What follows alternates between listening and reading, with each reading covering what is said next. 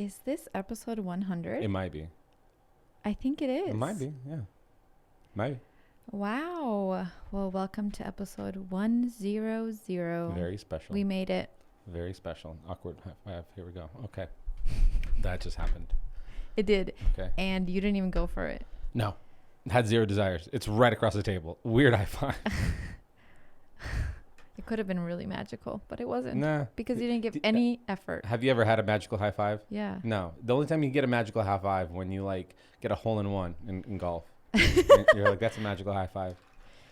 I gave somebody a magical high five today when I had like the longest putt of my life, and I made it in. And so that's a magical high five. Oh, The you fact just that we had to got throw that in there, huh? The fact that we got to 100 episodes, that's not a magical high five over the table. That's just kind of like, hey. I think that's magical. Yeah, well, you know. Whatever. Are you the person that in school when the clock hits 11:11, you're like, guys, check. Hey, guys, check this out right there. I mean, probably. Make a wish. Everybody stop Everybody and make a wish right now. 11:11. So dumb. Life is just magical. Well, if you want it to welcome back to the stateside for you. And you. Yeah, thanks. Just me. I think people are curious to know what your impressions were of Greece. Yes, let's do a full roundup. Mm-hmm. Things we loved. Well, we loved everything. There wasn't really anything we didn't love. Mm-hmm. But well, maybe you should tell people why we went to Greece. Maybe. Well, it was just. I you mean, make we it had a sound free like week. we're a regular podcast that we discuss places We're gonna start a travel podcast. By the way, The one place we went to. I don't know if, because you and I had this conversation with the airport, and I don't know if I'm the only one that thought this or what, but whenever you go on YouTube and you find these YouTube content creators, usually it's a couple, and they make travel bloggers. They make travel vlog, and they give you their whole impressions and everything like that, and everything on video looks incredible, and the tips are great because I've even used some of the tips of whether, you know, what to anticipate at the airport, you know, what to anticipate when you're in that city, the restaurants you should eat at. But one thing's for sure, there's no way in hell that I would ever want to be a travel vlogger. No. It sounds romantic on paper. In theory, yes. But when you look at the airports, especially the airports that you're not comfortable with, and your layovers are, you know, you think you're like, oh, cool, I have a 45-minute layover, not a big deal, I'll get on time. But you got to keep in mind, these planes don't take off on time, and they're not waiting for you. But also, if you're flying from country to country, you have to do customs every time, or passport control, whatever it is. 45 minutes is not going to cut it. It's 45 minutes is... You're running to the gate. You're running to the gate. Many a times that we did that. It's so, because, and then you go like, well, because you have to understand, like, if you're in a foreign country like that, you're not getting another flight for a while. Yeah. It's not like you could just catch the next one. And if you have a car booked on the next place to get to, if you miss a flight, it's like a domino effect, and you're screwed. And how dumb some of these airports are. Like, I haven't traveled enough in life through airports to be like, oh, okay, let's rate them from best to worst. Which actually would be interesting to Google that. But London sucks ass. London is the worst. What is it? What's the city? Which is interesting because there are some people. Heathrow? Heathrow. That's what it was. Heathrow. Yeah. It's the dumbest airport in the world. It's every plane does not come close to the building. Every plane You have to take a bus to the building, and then another what is it called? Shuttle, and then another it legitimately took thing. us probably 15 minutes of driving on a bus, standing up around the buildings. Like, at one point I was like, are we just doing circles around buildings? Because you're like airports, on a road. You're not even. Yes. It's crazy. Like, it's one thing. You're taking a freeway to go to your bus. Yeah, it's wild. To go to a very big bus too, not a little bus. Another bus, yeah. Yeah, or sorry, not bus. To go to a very big plane, not a little plane. None of them dock. None of them. And I wonder why that is. Is it just because there's so many planes? They're set up so dumb. Like, all those gates, like, will be like on one level, and I'll be like A1 through A19, and then, you know, A21 through A whatever. Then you go, but I'm A20. Where's A20? Where is it? Where is A20? Because all the B's are, and then you have B, you know, A10B, A 10 seat. Like, yeah, like what? Hey, just man. give me my gate, please. Oh, and their stupid elevator numbers are, you're on one floor, you're on the second floor. If you want to go to the floor below you, that's called -1. And then you want to go below that, that's -2. -2. Hey, man, I'm not doing math, huh?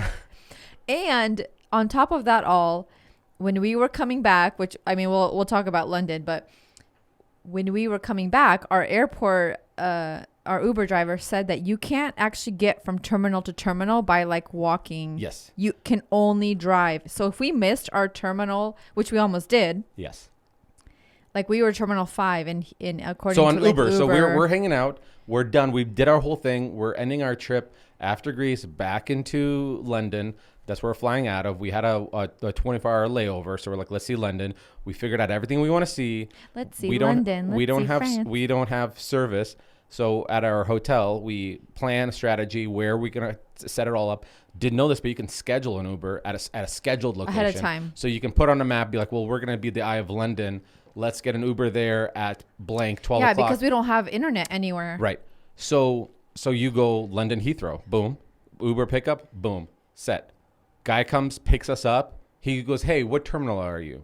We're like, we don't know. We don't know. We just said London Heathrow. We're just going to the airport. He's like, which airline are you? And so we told him, and he's like, that's usually terminal 5, but I'm scheduled to take you guys to terminal 3, and I can't change my route. And we're like, we're like, can we just walk there? Yes. And he's like, no, you cannot walk from terminal 3 to terminal 5. It's like a freeway. It's like a freeway, apparently. Yeah. The dumbest setup in the world. We're like, well, okay, what do we do then? It was, oh my, and the guy was an absolute sweetheart. He was an Iranian gentleman that lives in England. Yeah.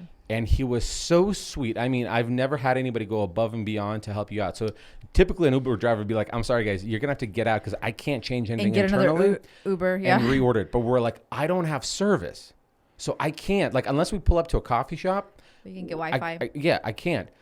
By the way, that we should have done. We should have bought a SIM card for international travel. Like, I didn't even think about it. Well, the thing is, our service worked, like text messages and phone calls, because our kids were still able to call us, and I still got text messages for like because Verizon gives you like an international. Sure, but you can't text an Uber. Uber. You can't.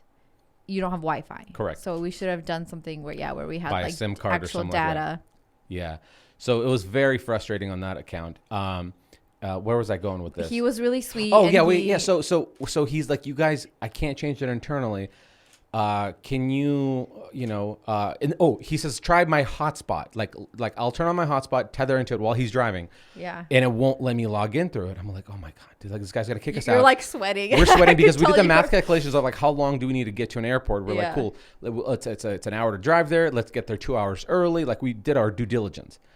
And then this happens. And then I'm like, if he kicks us out, we're going to have to find internet. We're going to have to do this process all over. Uber driver, and when we ordered that Uber, like there's 3 of them that dropped us off. Like they just like says, nope, we're not. Like they said, you're appointed Uber. And then they're, cool, they went to a different route. Yeah, they'll be like, he'll be in 2 minutes. And then they'll go like, they rejected your thing. I'm like, well, what? I didn't even know you can do that. I didn't know. I think you were obligated to do this.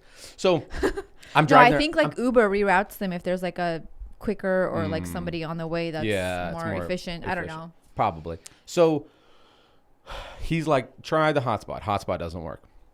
I'm getting really nervous. So then he goes. You were very anxious. But then were you not? You were anxious on the way there because you were afraid of bags not making it. No, I was anxious, but like usually if I'm anxious and you're like not, you kind of bring me back to like reality. And you're like, stop being anxious. We're fine.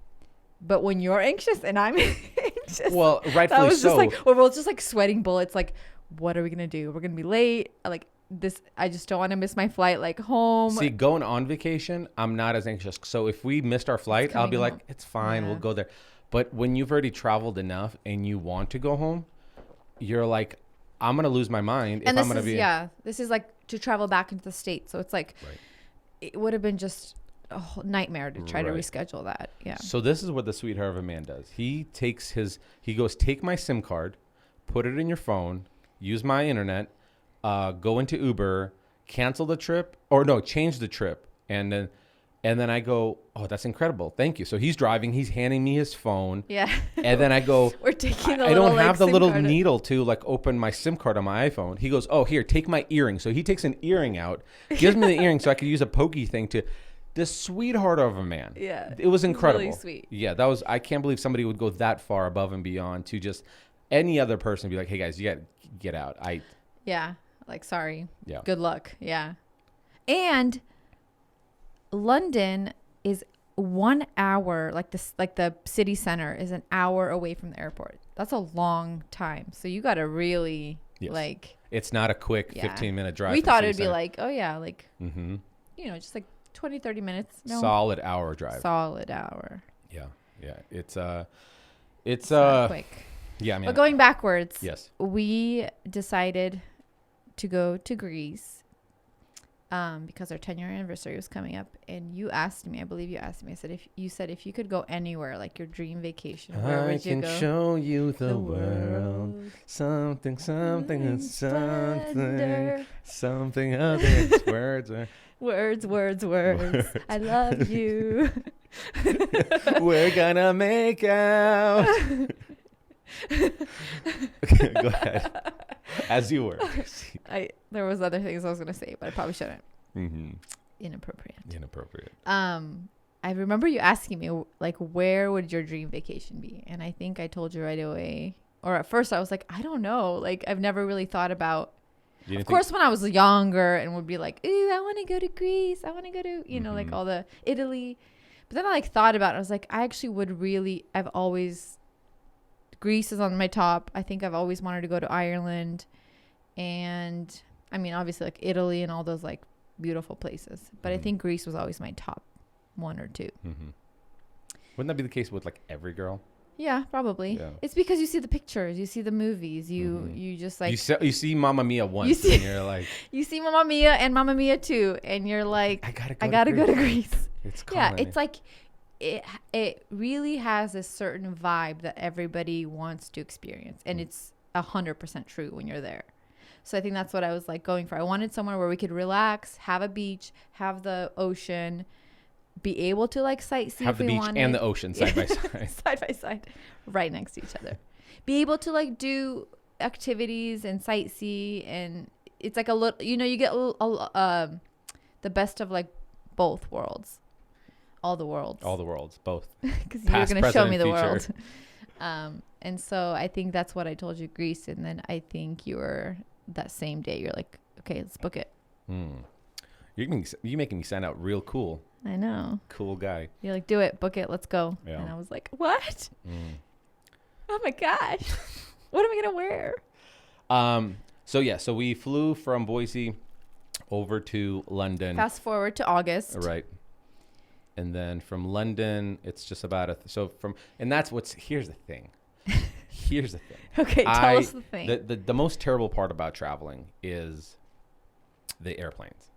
I mean, unless for you more so than other people because of how tall you are. I'm tall. The seats, international planes, they're large planes. They're not small little United planes.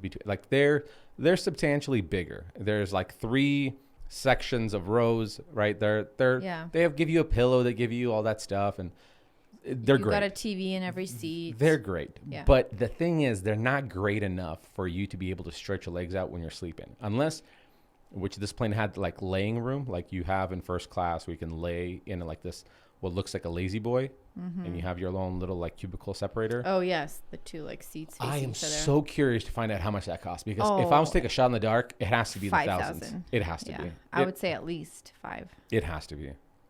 It has to be people's corporations that are like paying for them, like for international travel, because then you could actually lay down and sleep.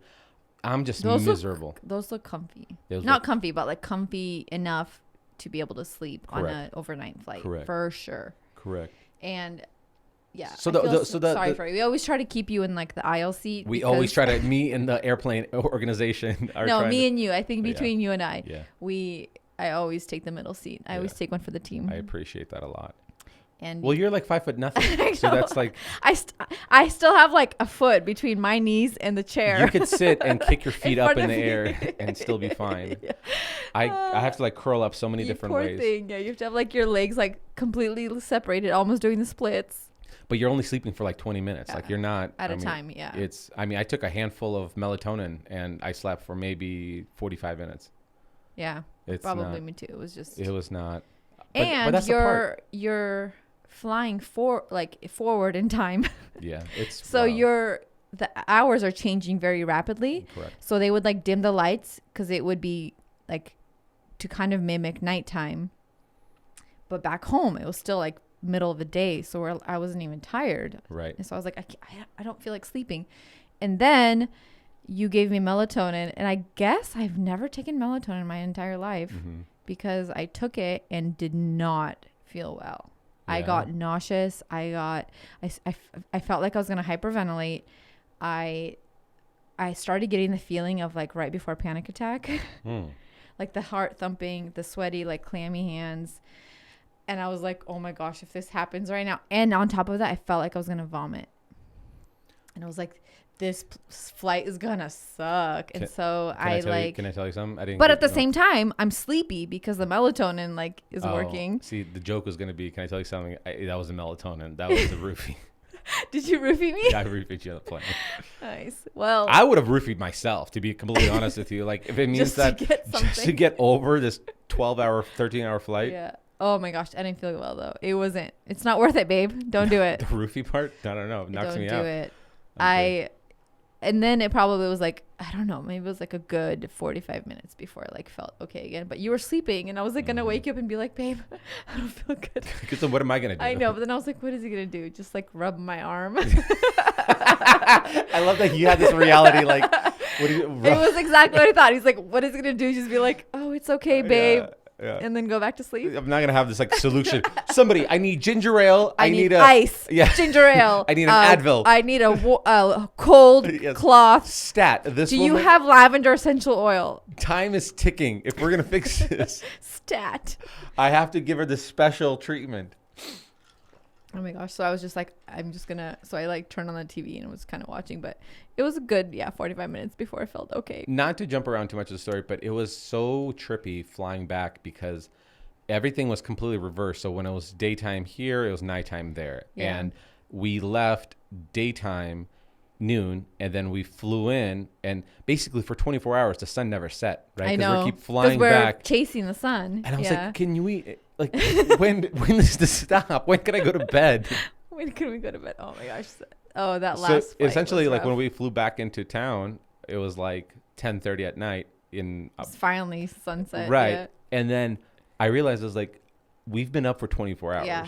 Yeah. Just chasing the sun backwards. We're flying back. Yeah. So ridiculous. That's why I think it's harder maybe when you come home. Anyway, it felt like it. Go ahead.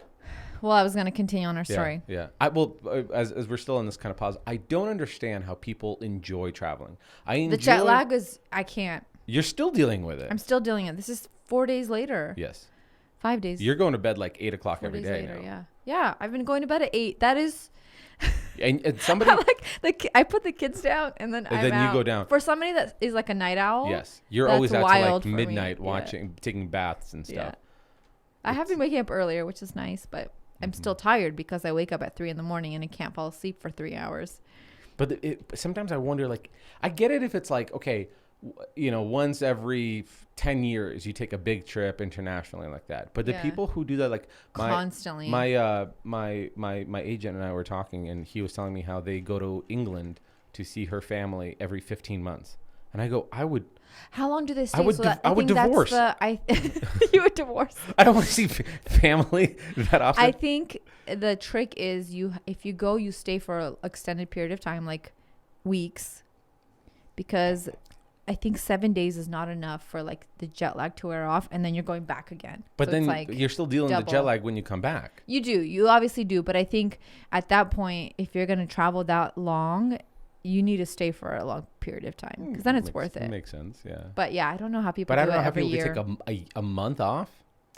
Yeah, I mean, people can, or they work from wherever they are. Unless you're completely remote and your kids are homeschooled, then you're like, cool, not an issue. But I don't know how long he goes. Can you imagine traveling that long with your kids? There's just they want to talk to you. They want like little kids.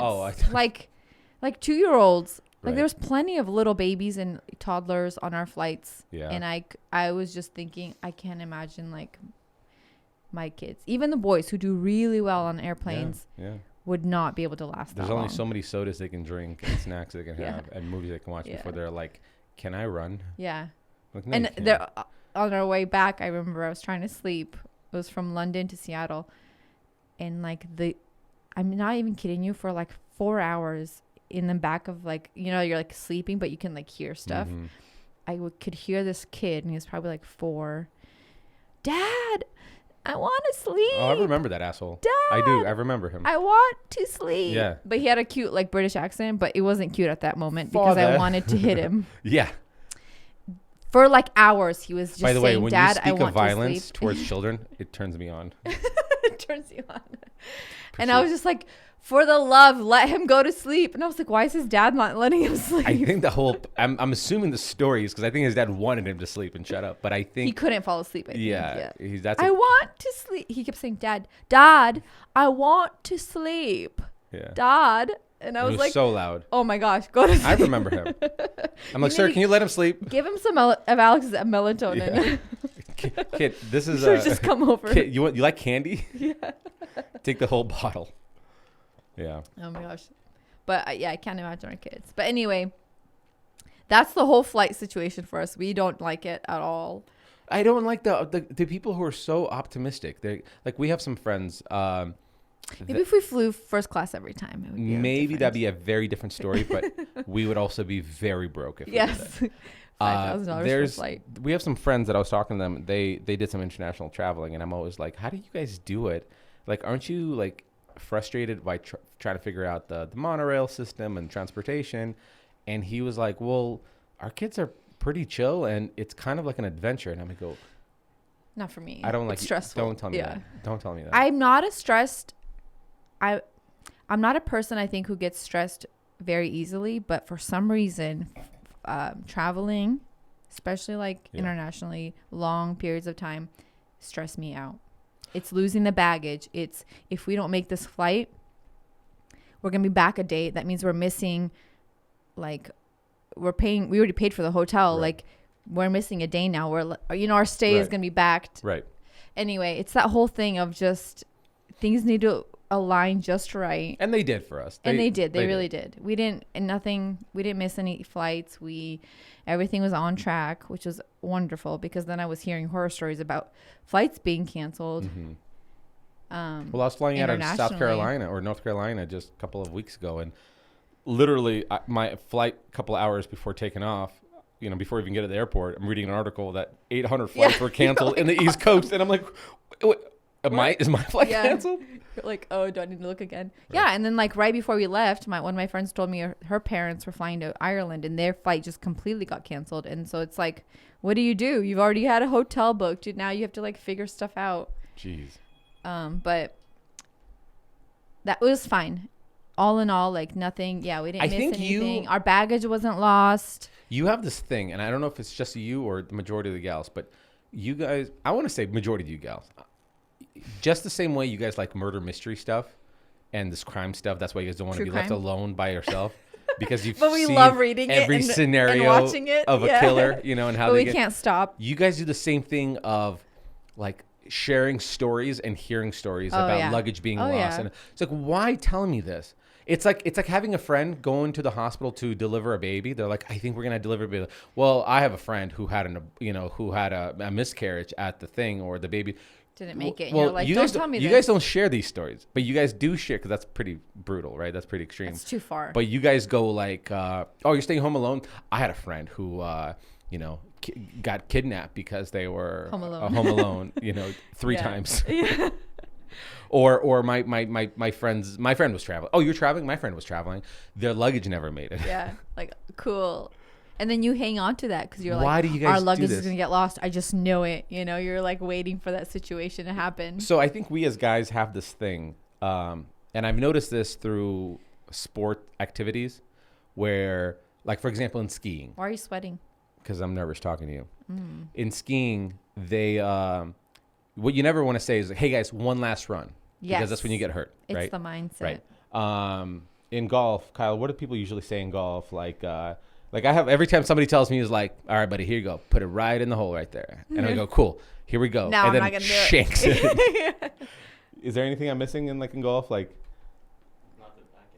right? Last hole. Yeah. Well, not last hole, but it's like, yeah, well, something like, yeah. And then you like, draw it or fade it super out of the thing. It's, you just don't do that. Like, it's like we're almost superstitious, Yes. But with you girls, there's none of that. You girls we are just like, lay it on it. Yeah. Just bring my fear parents to the just table. missed their flight. It was canceled. I hear there's like thousands of flights being canceled internationally. Yeah. Oh no. It's like, don't stop. And then the whole time I'm just like, something's going to go wrong. Something's going to go wrong. I'm like waiting for it. Yeah. So I think I was pretty surprised myself that how cool as a clam I was flying out. Because you told were the me whole to time. drink more. I did. I was like, have a drink. Just chill out. We'll if we miss it, we'll be there. We paid for it. We're gonna get there tomorrow. But it's just when you fly back. To me, it's the flying back. For me, flying back is not as. It doesn't feel as daunting because you're going home. It's like. It's all over. It's worse Money when you're going covered. there. Yeah, like you're going there and you're gonna miss a whole day of being at your destination. That you've paid for. What do? Do you add another day to your trip, or do you just lose that day? Like to me, that's what you don't add. And I'm like, trip. I don't want to can't. lose a day. Yeah. You can't add, but you kind of always still lose that day because when you show up, you're not yourself. Like when we flew in, but this is hilarious. So we fly in, we come into this like beautiful, what are they called? They're not hotels because they're inside a cave. And they're not villas. It's still a hotel. It's like the hotels on the cliffside. Yeah, and your room is inside the cliff on the caldera, which is the volcanic rock. And, it's inside the thing. And what time did we get there? 3 their time or later? Yeah. 3. 3. And the guy's like, let me show you your room. And it's like, there's no elevators or anything like that. So you're walking down these steps and you come down to it.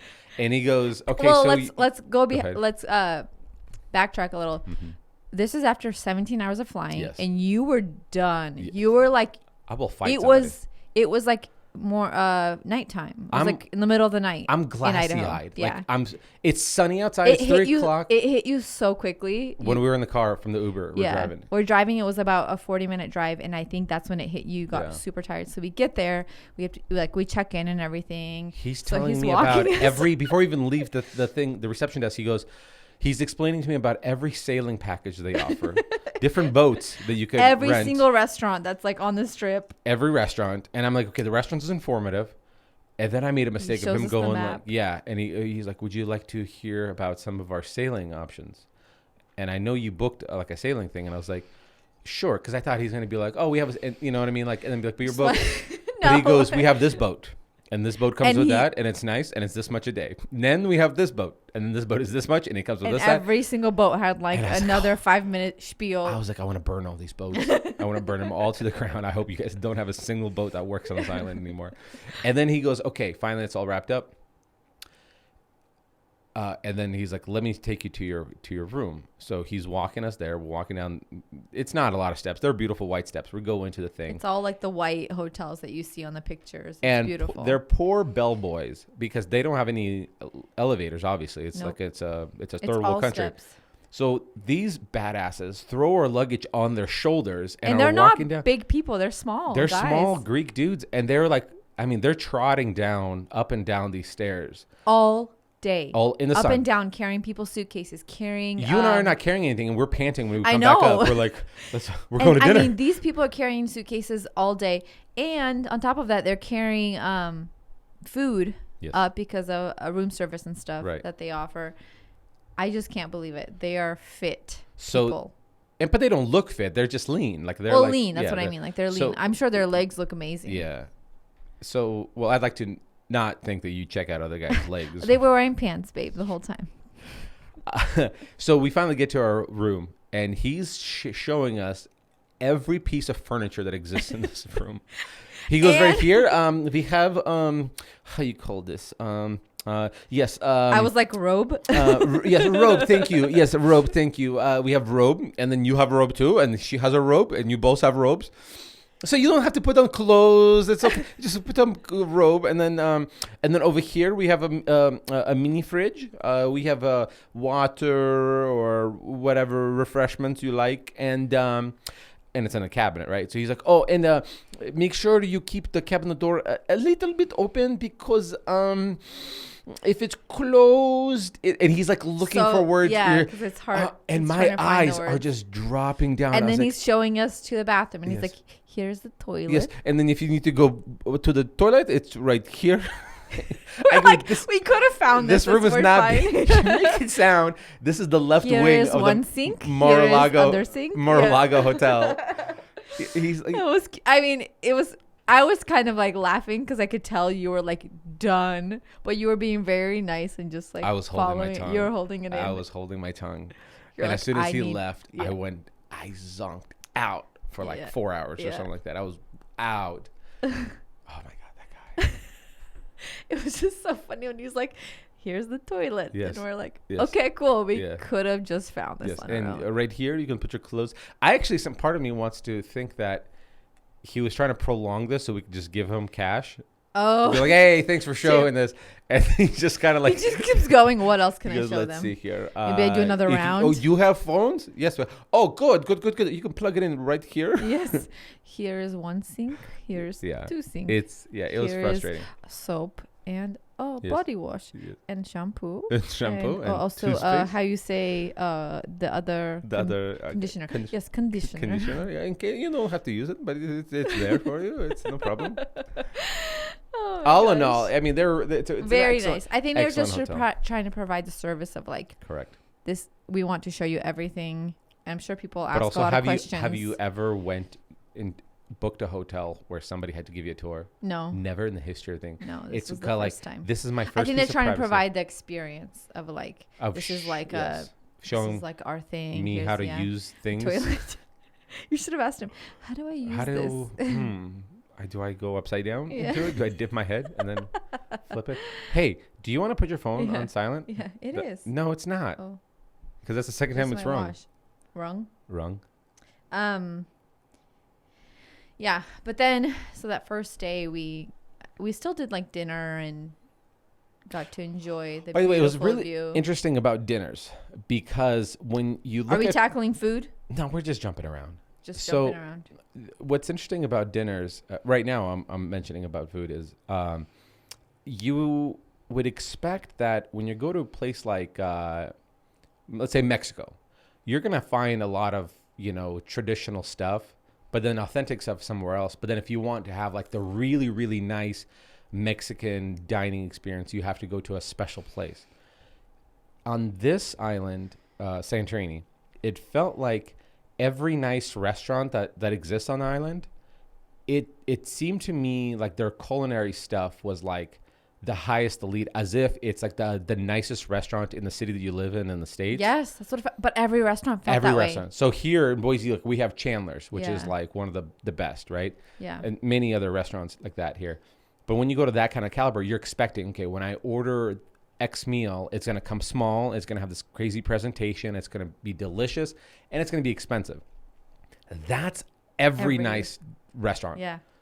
But I think they cater to the tourists who come and stay at these hotels and want that experience. They're like world-renowned chefs. I mean, that's what it was. So it's not necessarily that they're taking advantage of you and go like, dinner's just expensive. They're all insane. Yes, absolutely. Insane. Even some of the places we went to outside of where we were staying, really good food. You're talking about the Black Beach? Or Black Beach, but also on the last day we went to, remember Pirgos? Pirgos? Yeah, Pirgos. And we went to that just random restaurant. It was really good too. Which random restaurant? Where you had the meatballs. Meatballs. I don't remember these meatballs. Sorry, I don't remember these meatballs. You had... Which place was this? You don't remember? When we were on the scooter? Scooter. I remember the scooter. We were sitting facing like the road. You don't remember this? Was I there? I'm like 90% sure you were there. Is this when, like, the day that we returned the scooter? So we went into, like, Theta. By the way, hey, I know what you're talking about. Yeah. By the way, hey, really how authentic do we sound? I know. Pirgos and Theta and... So going back, I do remember now. Yes. We stayed on the island of Santorini. And we stayed. So there's 3 big areas where people stay in. Ia is where they have the hill, like the cliff hotel side. By the way, it's spelled O-I-A. But it's called Ia. Ia. And also, we did say Oya for a long time. For the longest time. Somebody's like, it's Ia. It's Ia. And we're like, okay, good to know. Yeah. That's a beautiful area. That's where you have that strip along the cliff, along the caldera, where they have shops and restaurants. Lots of restaurants in there. It's just other hotels. Beautiful. And it takes you down to, eventually, you take 300 steps down to the Amati bay, which is beautiful area over there too.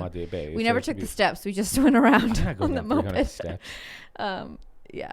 It's a pretty small island. Like it's small. Yeah. It's like a Hawaiian small island. Yes. Yeah. It's not huge. It's more like long, so it's not like circular. It's more like. But you have sections of the islands, specifically in Santorini, where like that section is the nice touristy side. And when I say touristy, it's a positive because it's not a bunch of other Americans there. Like, in fact, I didn't see. It's less Americans than European. It's mostly Europeans. It's all Europeans. It's a bunch of French people, German people, Swiss people. Which was really cool, actually. And they're all on holiday. Yeah. That's what they call vacation. And so they were all just like traveling.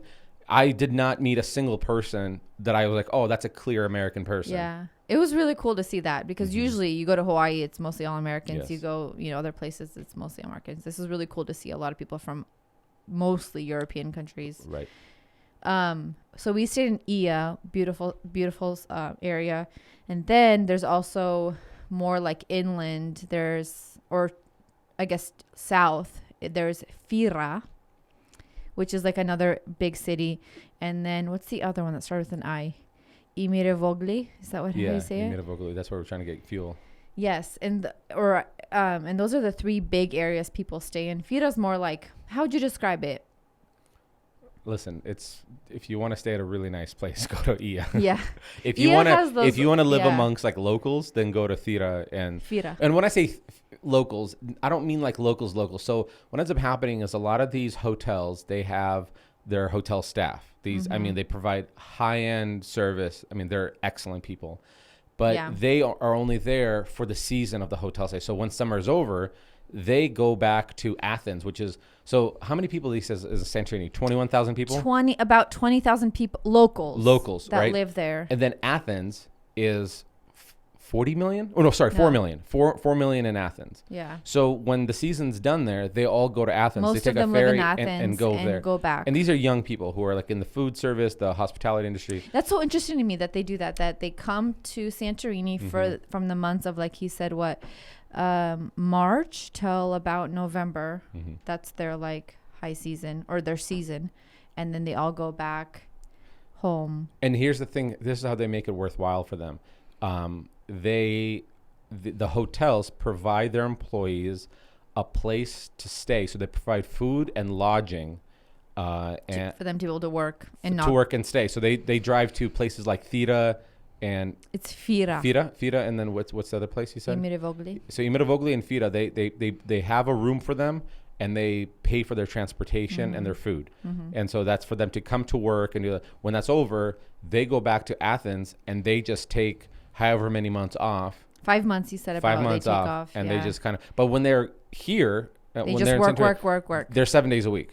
They're all 7 days a week, so they're not. And I've had conversations with them, so they're like, no, we're not picking up side jobs or anything like that. We're traveling, we're just hanging out and stuff like that. On their off season, you mean? Yeah. Yeah. Very interesting. That was interesting to hear. Because you're never gonna get people to work if you're like, hey, come here Monday through Friday and then leave. And like, well, it's an 8-hour travel on ferry for me, round trip, 4 hours there is 4 hours back. Yeah, it's not a quick little trip. I will say,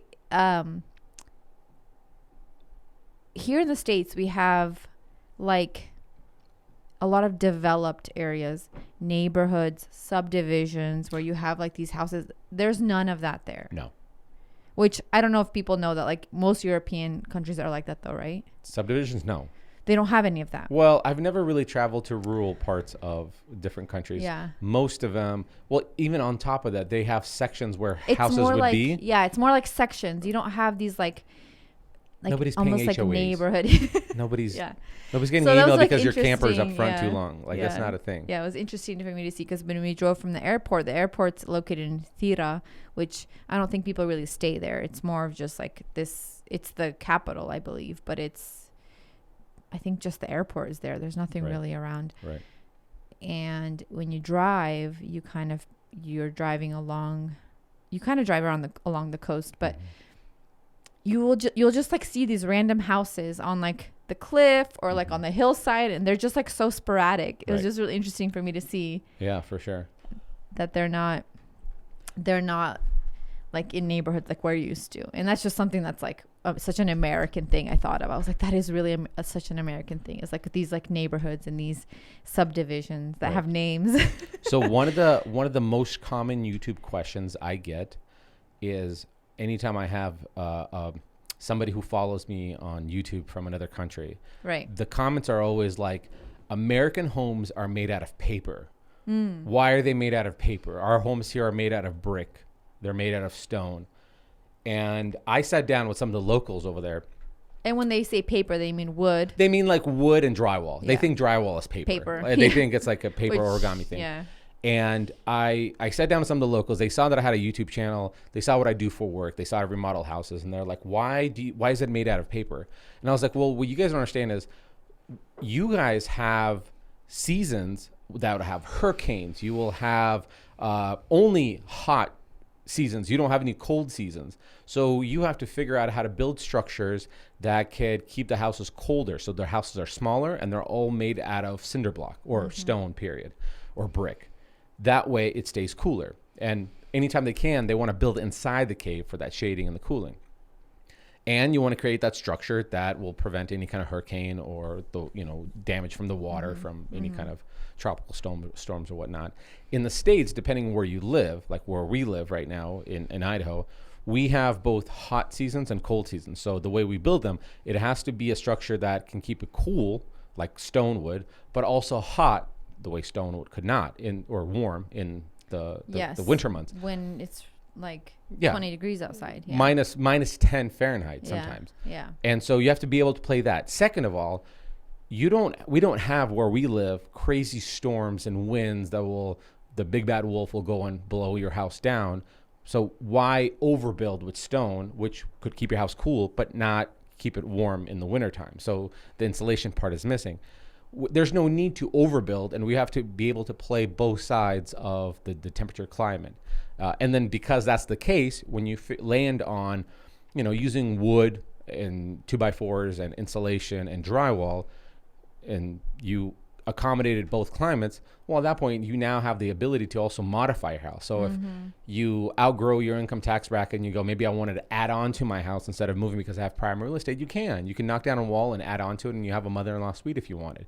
You can put a second floor if you wanted. You can't do it with some of these structures in Europe. Some of these structures in Europe are nothing but cinder block or brick put together, and they're just kind of stuck in it. Yeah. You want to move away, sell it, and then find a different place.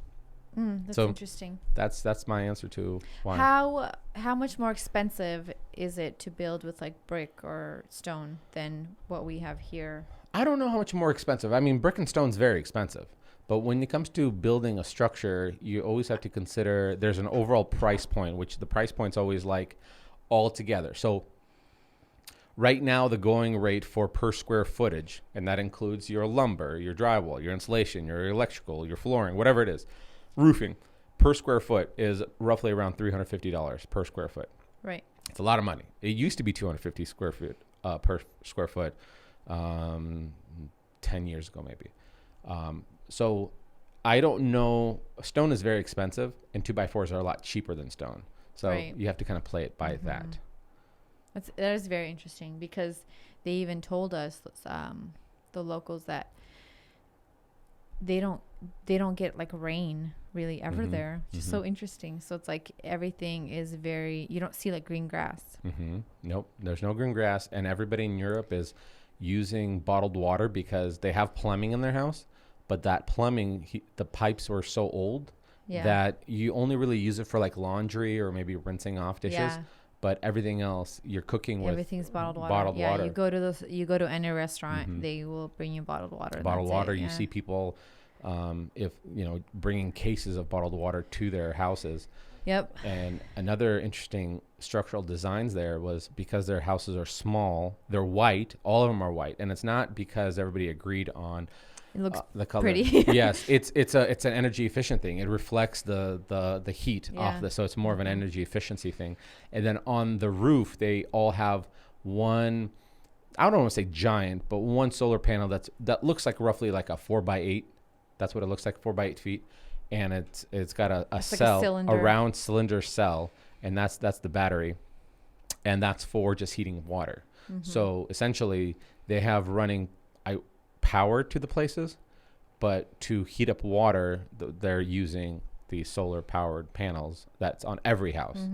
They're not attractive. They're sitting at a 45-degree angle. Yeah. The houses all have either flat roofs or like round over roofs, and then you have this like 45-degree. It looks like an eyesore. Yeah. But it's very like efficient. metal. Yeah, it's very efficient. Yeah. What would you say your favorite thing was about our trip? Our trip. The hands down, it was the parasailing thing. Not the parasailing. What is it called? It was not a parasailing thing. It's a catamaran. God, I hope not. Catamaran. Parasailing is not that fun. The catamaran that we rented. The catamaran cruise around the island. I would say that was probably my top as well. Well, and what's interesting is What's interesting is things are very expensive over there, like food and a nice stay, but the touristy parts of things, like the activities, are not that expensive. Like it was like a couple $100 for just you and me to go on this catamaran. Both of us, yeah. And the same thing goes for like horseback riding, or the same thing goes for renting a scooter for the day is like $40. Yeah. Which 40 euros, 40 which bucks is almost close. It's the same. It's almost the same conversion. But the catamaran was awesome because first of all, it was like half of a day. So you're spending it like the entire day like essentially. 9 to like 3. Yeah. Second of all, they bounce you off. They ride you and they pick you up. They pick which you is up really cool. from your hotel room. They pick you up. They in a shuttle you. in a nice Mercedes-Benz van. Yeah.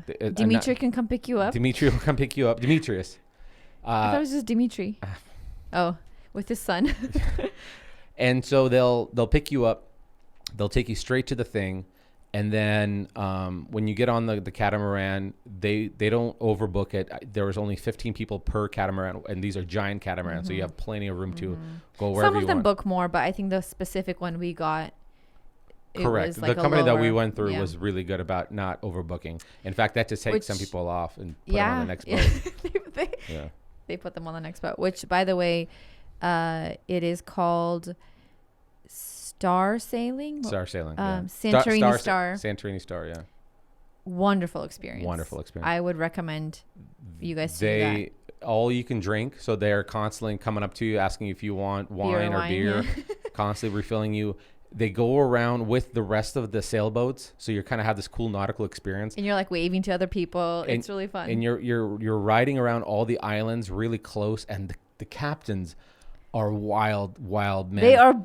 They are bold. They're pulling up to these like cliffs super close. Like we're talking about like 5 feet before we're in front of the thing, but they have such great control. He's going to hit it. He's going to hit it. Nope. They're such great control of these vessels. Yeah. So you get to see incredible sights, and then they pull off to a lot of very remote kind of areas, clear water places. And they'll park there for like 30 minutes for you to go swim. And then, you could see the fish right next to you. The coral. You could see it like under you, which is so cool. Mm-hmm. Loved that experience. I particularly love that you can rent a car, rent a scooter, whatever, to see the island, but you'll never see it from the same way as you would on this boat, because you're seeing the beaches, you're like exploring. They take you to these like really cool places. Loved that experience. All these cliffs. And instead of like, a lot of people were like driving, they have to park, they have to walk, and we were able to just like see it and then like move on. Yeah, you got to and be you the can heart swim. and soul like they had like snorkel gear there for you if you wanted to snorkel and see the fish or whatever in the water. And they make you an incredible like feast dinner. Yeah. And I thought when you said dinner, I thought everybody's gonna get like a Lunchable. but it was like a full it meal. was what was it? It was not chicken. It was shrimp, like giant things of shrimp. Jumbo shrimp. There was mussels. We spaghetti. had a really good roasted chicken that they were grilling on the boat. On the boat, yeah. While we were there. Yeah. I mean, they had a full-on chef there. I mean, and you ate until you were full. Yeah. Like it was like a home-cooked meal. Food. Oh my gosh, amazing. And you're meeting other people that are traveling from other countries. That was probably Ireland like a really cool part of it. You're hearing like how people are living in other countries and what they're doing there, and just like it was really fun. I loved that part of it. That was the best part. That was the best part of the trip. Yeah. I'm so glad we did that because I feel like we got to see, because there apparently like Santorini's the white beach and the red beach. There's 3 beaches or popular beaches: White Beach, Red Beach, and Black Beach. Black Beach you can drive to, and it's very big and long, and that's where they have all the little, what are they called? Windmills? Is that the one? No. The little tiki hut thing. Umbrellas that you can like tan. Rent out. Yeah. I don't rent know. Out. Cabanas maybe? Cabanas. No. Yeah, I don't know what it is, but it's like some of them are like beds. Some of them are some just like chairs. Umbrellas, yeah. They have a whole entire beach of them, and you can rent them out, and they have restaurants next to them. But that place is like the popular place to go. But then you have Red Beach, which you can only walk to or boat to, and then there's White Beach that you can only get to by boat. So you can't even get there. Yeah.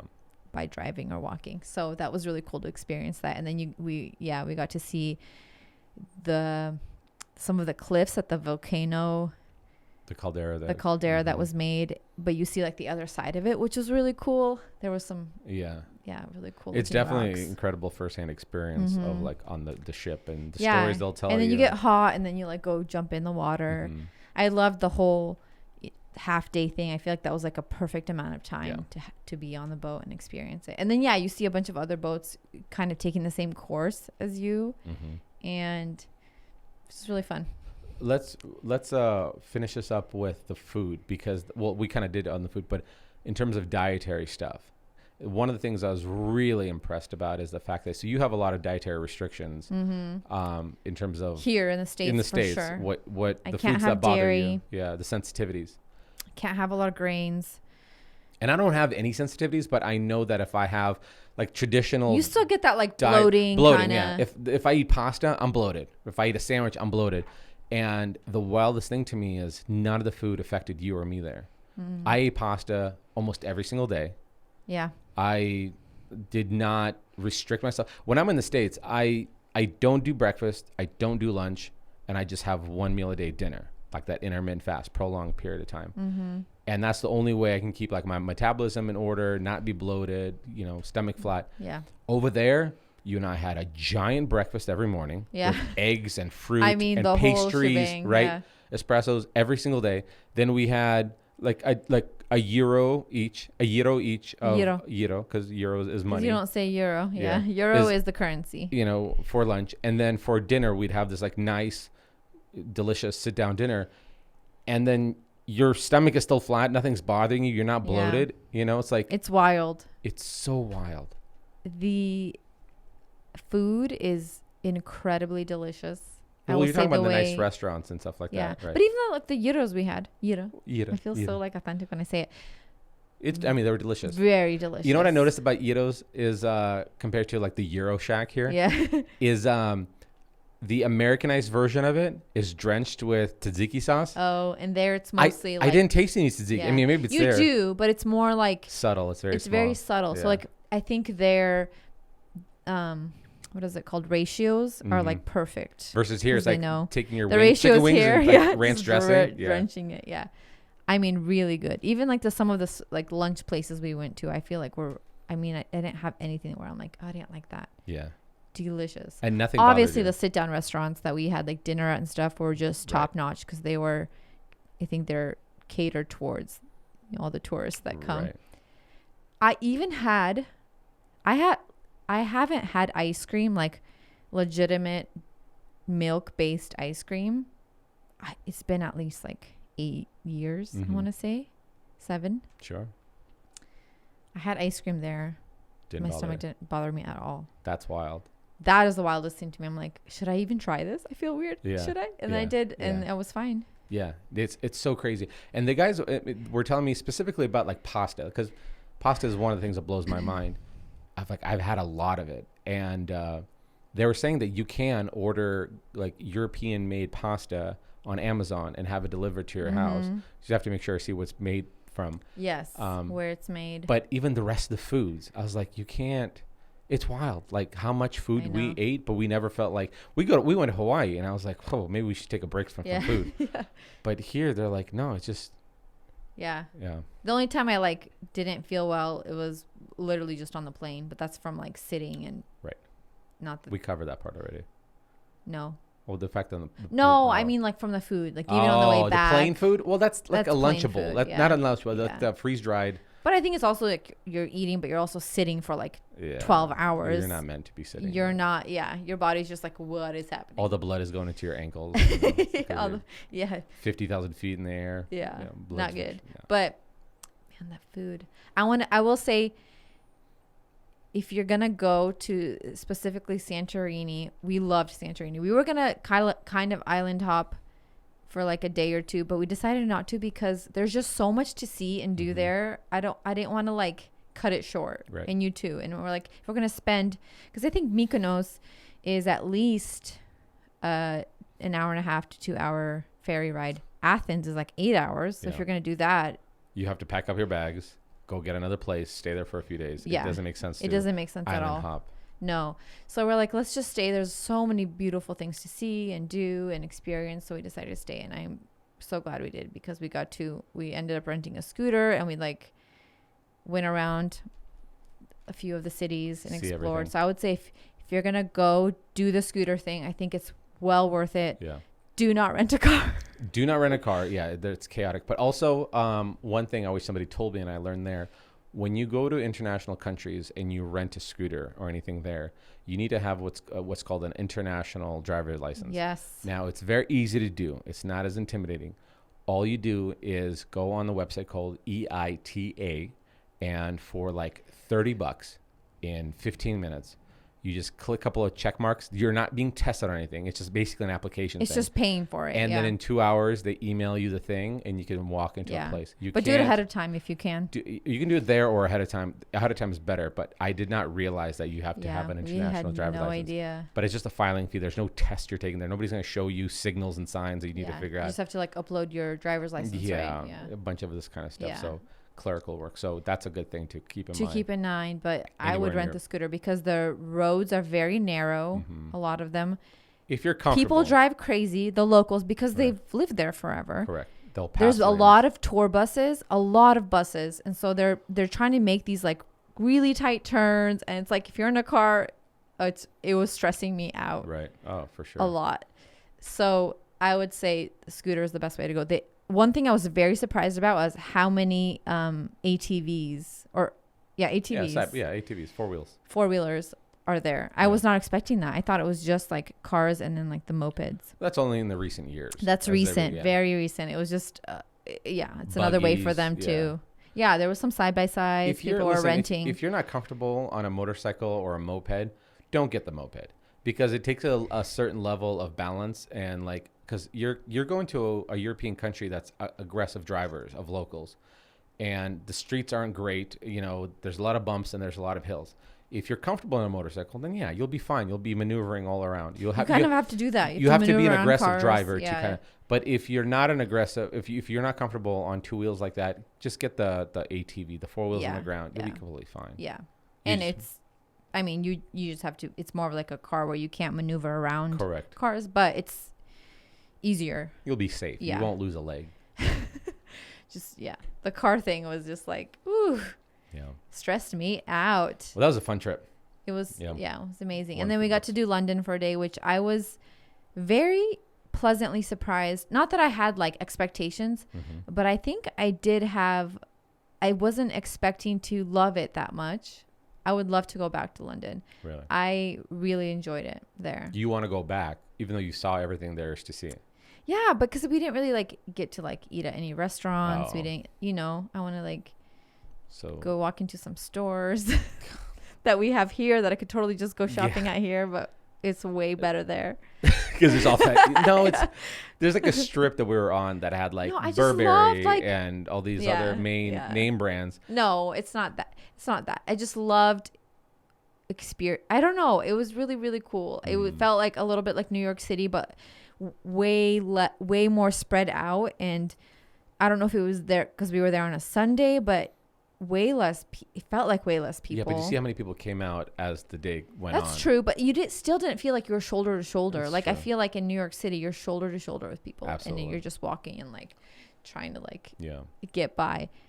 Here, at least in London, it felt like, and maybe it was just the time of day or whatever it was, but I really enjoyed it. I loved the sightseeing, like the history behind everything. It was amazing. All right. Well, hey guys, thanks for listening to this episode. I hope you guys enjoyed our traveling feedback. Traveling with Irene and Alex. Let us know if you like this kind of stuff. I guess we'll turn into a travel vlog next. The once every 10 years travel vlog. That's what we'll call it. You'll have to anticipate the drops, kind of like Yeezys dropping every time. Yeah. You're like, once every when 10. Is it coming? All right, guys. Thanks for listening. Thanks for watching. Check us on YouTube. Like, share it with your friends. See you guys in the next one. Bye. Bye.